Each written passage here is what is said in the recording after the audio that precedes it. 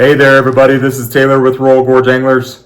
Thanks so much for viewing here today as we start the month of March here in 2025. 2025 is a pretty special year for us here at Royal Gorge Anglers as we celebrate our 35th year in business here in Canyon City as the oldest fly shop and oldest fly fishing guide service on the Arkansas River Basin and one of the oldest fly shops in the Rocky Mountain region. Thanks so much for all the support that you've lent us throughout the years, and we appreciate you very, very much. As we enter the early spring season, we are really excited for what's to come here. We've had some fantastic weather to start this early spring. The last week of February was gorgeous with highs in the 50s and 60s, and to start the month of March, we've had similar weather.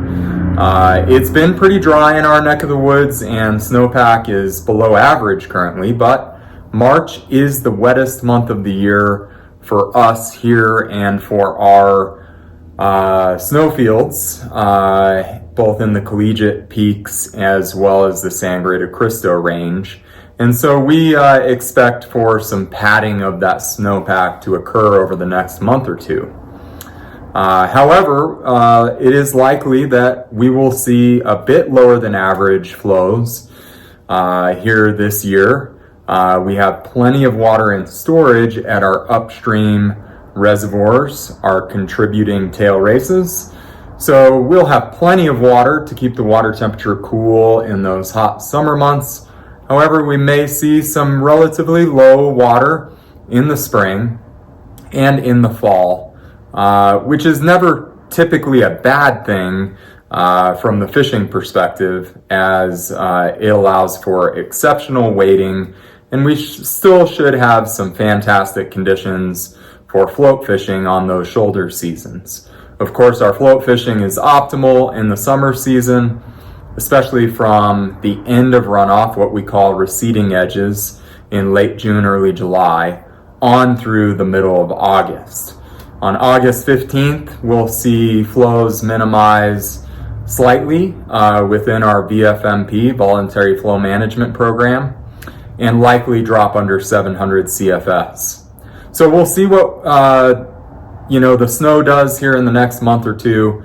Likely some good storms ahead of us, at least in the high country. However, here in the Banana Belt, in Canyon City and in Bighorn Sheep Canyon, we've really been out there having a lot of fun already. We've got stonefly molt activity starting up. We've got crane flies that are very active, free-swimming caddis larvae that are swimming actively, and fish are already scrubbing for case caddis and doing things of that nature. In the afternoons on those warm days, we're seeing some really strong occurrences of active blue-winged olive nymphs. And we will continue to see some really, really strong activity within that segment of the bug population, and really ramping life cycle activity as we move through the month of March within that blue-winged olive population. Typically around the middle of March to the late end of March, we'll see the heaviest blue-winged olive hatches of the spring season, and we'll see those continue on as we move into that caddis time frame, which typically starts around tax day in the middle of April. As for right now in the early spring, we are focusing on a lot of heavy nymphing, but we do want to be ready for that uptick in blue-winged olive activity, and there are midges hatching on a daily basis, so it's never a bad idea to have a dry fly rod with you. As we see water temperatures begin to push up over 40 degrees regularly, and especially into that mid 40 degree water temp window, we'll see fish really start to react more to streamers. Although we are continuing to fish streamers, and we fish streamers year round here, especially all of our guides that are streamer junkies, they're out there already getting after it. We should see more optimal conditions for that over the course of the next several weeks. As those overnight air temperature lows become a little bit higher and kind of stabilize over freezing typically towards the end of the month of March. So we've got a really well-rounded opportunity for most anglers on the Arkansas River Freestone, as you could go out and nymph fish, dry fly fish, or streamer fish at any given point in the day in the month of March. And of course that continues on into April with a big ramp up for the dry fly fishing with that introduction of the caddis life cycle. So what I'd like to do today is talk a little bit about the flies that we are focusing on for the next month or so until we hit that caddis time frame, and really kind of help you get a little bit of a leg up as you prepare for your days on the water. Of course, all of these flies are available in our fly shop here. We've got over 1,000 patterns available to you, many of which are very specialty patterns for the Arkansas River and our surrounding drainages. So we always do appreciate your support when you come by the fly shop headed up to the river. All of these patterns are also available on our web store at royalgorgeanglers.com. And that's a great way to stock up and kind of pre-game for that trip that you've got on the calendar. Let's take a few minutes to look at some bugs on the big board here, and then we'll be back to talk a little bit about tactics on how to approach the fishery in the early spring. Alrighty, friends, so here is an overall look at the big board. This is some very likely tried and true patterns that you would find in our guides boxes on a daily basis here in the early spring, even all the way through the month of March and into April. And a lot of these flies will continue to produce very, very well through the month of April and into May. A lot of these caddis patterns here will cross over into that caddis life cycle activity. The blue wings, always continue to hatch prolifically through the caddis season. I think a lot of people, change that focus to caddis in April and May, and that's really a big mistake, because you'll see a lot of blue-winged olive activity in those heavy caddis months as well, and fish don't stop eating them. So, and the same can be said for our stonefly nymphs and our cranefly larvae. From the nymphing perspective, these are core flies in the spring season. So we'll start with those stoneflies, over here on our far left. We'll progress through our craneflies. Now, most of these on my left, the stoneflies and craneflies, will be those go-to attractor nymphs in your indicator nymphing rigs. That'd be your first fly. Your Euro nymph rigs, that'd be your point fly, your bottom fly. And then a lot of these to my right here, those are going to be your droppers or your tag flies in the caddis and the BWO life cycle. And of course, we've got some dry flies and streamers on the far right.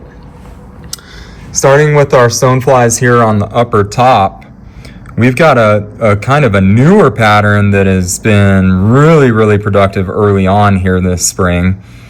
And that guy is called a speckled double bead stone, but it's really a great kind of hare's ear change up with 2 tungsten beads and rubber legs. That's been great. Pennington's improved rubber leg stone, that's one of my go-tos in both gold and his darker improved stone here. Again, as the stoneflies are molting, we want to have both light and dark representations, because they may be focused on, a certain shade in one location and then a different shade in another. They do transition color throughout the day when we are talking about that stonefly molt heavy activity, which is going on right now. Wired stone, that would be another lighter kind of golden stone imitation there. We've got a brand new take on our tried and true 20-incher here, but this is a cone head version with rubber legs. That 20-incher cone head, that thing is going to be killer this year. It's already caught a lot of fish here in February. We've got our 20 bomb, which is Frank Smethurst pattern. This is a great Euro nymphing style fly. It's got 2 tungsten beads and lead wrapped, nice and heavy. Again, a take on that 20 incher with that peacock body there. We've got a micro girdle bug. Finally, we've got these back in stock in size 16. These are great for, a window of time like right now where the water's very low. It's 250 CFS currently, which is nearly native flow rate. And the reason why it's so low is because we typically pull our flows down to a minimum for brown trout fry emergence and rainbow trout spawning, which is just getting started here. So a really optimal flow for right now, but your smaller rubber leg stones and smaller stonefly representations are great for that flow rate in the 200s. And then when we kick back up into 3, 4, maybe 500, these larger stoneflies are great as well. Not to say they won't eat a large stonefly right now, which they will, but sometimes they get picky, so that's a good route.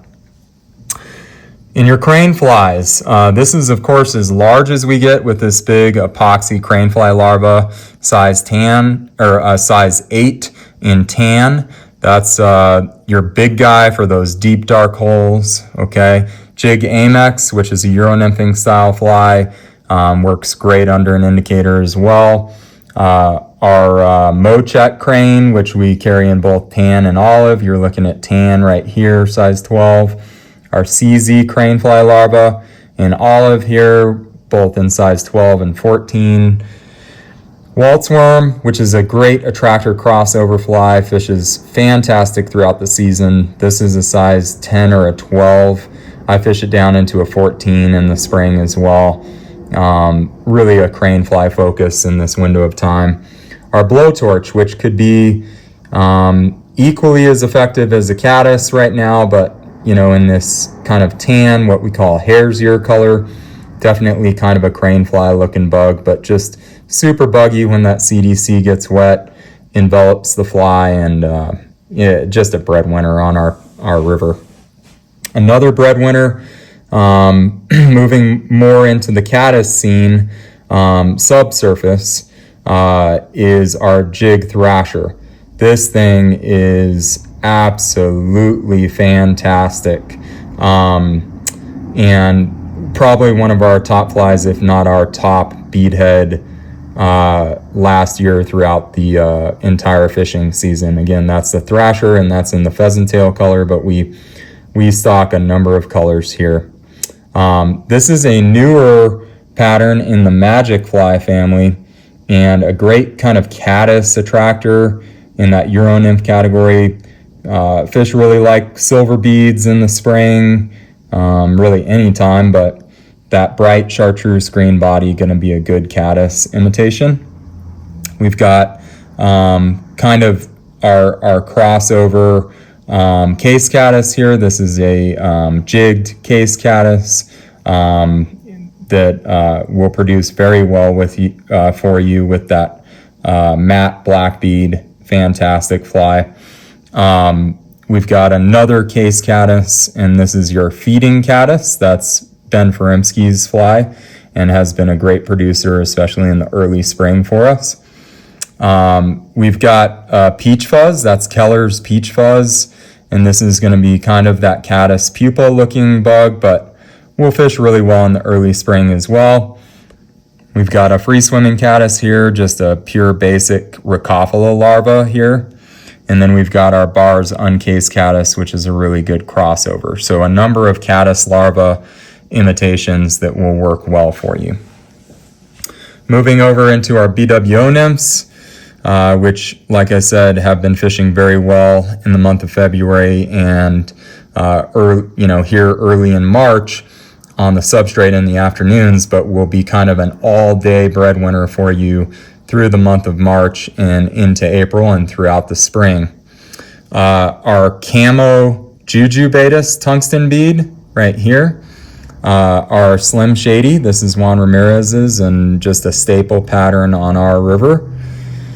We've got a brand new color of lightning perdigon in purple. This thing's been killer with that silver bead, been really good. Panty dropper Baetis, that's a really, really strong pattern here on the river. And if they get picky, you can just pull the rubber legs off, but I do like rubber legs at times, especially in those deep dark holes. And then in the emerger category for our blue-winged olive, a basic bars emerger, really hard to beat. We've got obviously just our foam wing style emergers here, which will be fantastic kind of go-tos for you. And then our Jedi Master, this is another one of Juan's patterns. Really good to be fished as a nymph or as an emerger throughout this spring season for our blue-winged olives. I'm going to talk here in a minute about how we rig our dry flies, but I do like to have a couple of tractor dries as my lead kind of indicator dries on the ready. This is a water walker size 16, really small little water walker, but a great foam attractor dry, so we can keep track of whatever we're dropping underneath. If we're dropping a small blue-winged olive dry, helps us keep track. I also like to keep a couple caddis dries on me, and those can be used as lead indicator flies, and fish will readily eat them even if there's not caddis hatching yet. This is called a sitting duck. I really, really like this fly. Really visible, but it kind of sits down on the water a little bit. Got a hot spot comparadon. That's been one of my go-tos, maybe my favorite blue-winged olive dry here the last several years. We've got our hatchback series right here. Okay, this is a Mystical Cripple. This really cool name, but that's a cripple style done. And then we've got our hatchback original here. Those are two of my favorites. And then as we get into the streamer category, we do size down a little bit in the early spring, and then we kind of increase our size as we move through the summer season. Like I said, we've got brown trout fry emerging, and you know, brown trout and rainbow trout will eat other brown trout and rainbow trout. So when you've got little trout fry swimming around, you know, it's never a bad idea to have something that's in that wheelhouse, like a micro Dalai Lama with an olive and white body. You could go, you know, like thin mint in that style as well. That's always good. This is called a Chicago overcoat, and that's going to be in the black coloration, but we also have that thin mint color in the Chicago overcoat. It's basically just an improved version of the original thin mint. Nice and heavy jig style hook on that one. And then for a little bit larger representation, I just love the lateral line that this creates with that black and then white grizzly underneath. This is called a Mod Maiden, and this is a double, so 2 hooks, and that is kind of as large as I like to go in the early spring. That's a number 8 double. So these guys are going to be in the size 10 to 14 range on those smaller streamers, and do not want to move those as fast as we do in the summer and the early spring. Just consider that the water temperatures are much lower and fish are a little bit less aggressive in that chase category. So there's a look at our go-to bugs, and let's take just a brief minute to talk about how I like to rig these and recommend as far as rigging procedures as you go out there for your day on the water. Alrighty, team. So I hope a look at those bugs, many of which are day in, day out producers for our guides here in the early spring season. I hope that look gives you a little bit more confidence, gives you an idea of how to prepare and what to look for in the bins here when you come by the fly shop. Of course, we are here to help every day of the week. We're open 7:30 a.m. to 5 p.m. Monday through Saturday and 7:30 to noon on Sunday. We thrive off making anglers more productive out there on the water. That's what we are here to do, and we enjoy every minute of helping folks when they come through the door here at the fly shop. So we encourage you to do so. As far as rigging methods for the flies that we discussed, obviously within that stonefly, crane fly, caddis larva, BWO mindset, typically we are using multiple flies in a number of nymphing rigs, depending on what you are most comfortable with. Most anglers out there do use indicator systems, or what we call traditional Western nymphing rigs, to where we'll use a larger attractor nymph up top, being a stonefly or a crane fly, and then dropping one or two dropper nymphs underneath, whether from the bend of the hook or the eye of that lead fly. And so typically those droppers will look like those free swimming caddis larvae, the case caddis, and those smaller blue-winged olive nymphs and emergers that we took a look at. Of course, for those tactical nymphers, Euro nymphers, tight line nymphers out there, many of those patterns that I showed you are Euro nymphing focused, although they are very easy to run under an indicator as well. They are built specifically for those methods, and we are heavily focused on Euro nymphing on our river. The Arkansas Freestone is tailor-made for Euro nymphing, and so typically we'll be running those heavier jig style flies at the point position, bottom position, and then subtracting back up to tag one or two of those smaller tag flies up the leader system, and then integrating our sider at whichever position we prefer based on the water depth and velocity that we're fishing. So that's kind of our nymphing focus. Now, with our dry fly rigs, typically it is more of a purist dry fly season in the early spring when we're focusing on blue-winged olive fishing, which is to say that we are fishing either a single dot dry or double dries. In the double dry case, sometimes we'll use a larger attractor dry like I showed you, small chubby or a small water walker, or even a small indicator, and we have the micro Oros indicators here that are exceptional for just an indicator in front of a dry, so that you can keep track of that small 18 through 22 blue-winged olive dry fly. And you could also use a caddis dry up front if you wanted to, and there are plenty of opportunistic fish out there that will eat a caddis dry if you throw it at them as well. So I do recommend as a guide to use some of those tactics so that we can keep track of those smaller blue-winged olive dries, because they are difficult to see, especially on overcast days, which is when we're going to see the larger hatch activity within that blue-winged olive population. Of course, those emergers that I showed you, there's a handful of those that we really focus on during this window of time until that caddis season, and then even through that caddis season. And we can fish those in a variety of positions. We could fish them in our nymph rigs, whichever route you choose there. We could fish them under a dry fly, under a BWO dry.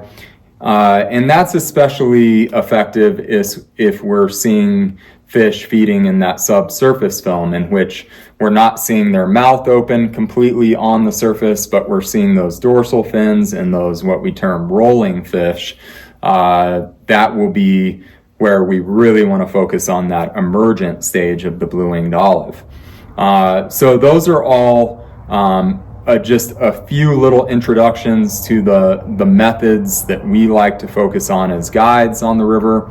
Of course, if you're really wanting to dive into that more, our guides are exceptional, and I do absolutely motivate you to hire one of our guides for a half day or a full day or several days on the Arkansas or our surrounding drainages this spring, especially in the early spring, so that you can knock the rust off a bit and maybe take that skill set that you've been struggling with up to the next level, and kind of move past some of the hurdles that have been, slowing you down on the river. We have an exceptional team here. We are the only Orbis endorsed outfitter and fly shop on the Arkansas River. So we encourage you to give us a shout and set up a guide trip.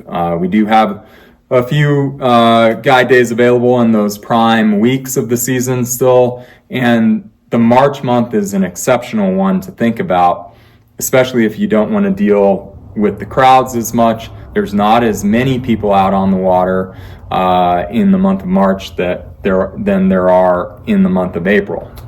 So that's a great opportunity for you. Of course, keep those streamers in mind as those water temperatures increase, and we look forward to increasing streamer activity as we roll through the spring, and of course that prime streamer season in the summertime that is really hard to beat. I do want to spotlight quickly here that we have an exceptional opportunity for you to get involved in being a steward of the Arkansas River. On April 26th and 27th, we have a weekend in which you can volunteer and support various projects on the Arkansas River. The first and foremost project will be actually involved with our fly fishing film tour event, which is on the evening of April 26th. That's a Saturday. And that event will be a lot of fun. It's held here at Canyon Cinema here in Canyon City. We'll have a lot of great vendors and sponsors on site, and 100% of the proceeds from that event on Saturday, April 26th, that evening, will go to fund the Minnequa Dam redesign project, which is a fantastic project that we finally made some great headway with here in the Fremont County area on the Arkansas. This project will effectively remove and reinstall a new structure where the last low-head dam on the river resides, effectively making the river completely navigable from the headwater all the way down to Pueblo Reservoir. Allow for great fish passage, which is not available at this point in time. So fish migration, both upstream and downstream from this dam, which is located just below Mackenzie Avenue between Canyon City and Florence. This is a huge opportunity for the river. We very much encourage you all to attend the film tour event on Saturday, April 26th to support. $20 of your $29 ticket fee go directly to this project, and we will have some great guide auction style packages at intermission that you can bid on and help us increase some funding for the construction grant and proposal writing that will be going on concurrently. We will be working on our engineering and planning phase here, and we have grant funding, that contract signed and ready to go. And so we've got that money secured for that stage. We're now working on the construction phase, and we're looking for your help. On April 27th, the next day, which is a Sunday, we have our lower basin-wide river cleanup, and we would love to have you all volunteer. That's going to start in the late morning and then end in the mid-afternoon, at which time we'll have a great party at Centennial Park, 4th Street area in Canyon City at our beautiful river park there. And we will give away prizes for trash collection, and we'll have beer on site and food for all of our volunteers, and it's a great opportunity for you to give back to the river. We'll also have a fantastic fall cleanup, but this is our largest river cleanup of the year for the lower basin from Salida on through Canyon City, which is a section we all know and love. So those two dates, put them on your calendar. Again, April 26th for our fly fishing film tour event, which starts at 7 p.m. at Canyon Cinema, and our river cleanup on April 27th, We'd love to see you down here for a fantastic weekend. And oh, by the way, that might be the best spring week of the year for fly fishing the Arkansas Freestone. So it's not a bad time to just make a long weekend of it. Come down, fish with us, and also help support some great projects in our area on this beautiful river. Thanks so much for viewing here today. If you have any questions, please email us at info@royalgorgeanglers.com. Feel free to call us anytime at 888-994-6743 or hit our chat line at royalgorgeanglers.com. We look forward to seeing you here in the fly shop or on the water this early spring, and thank you so much for your support.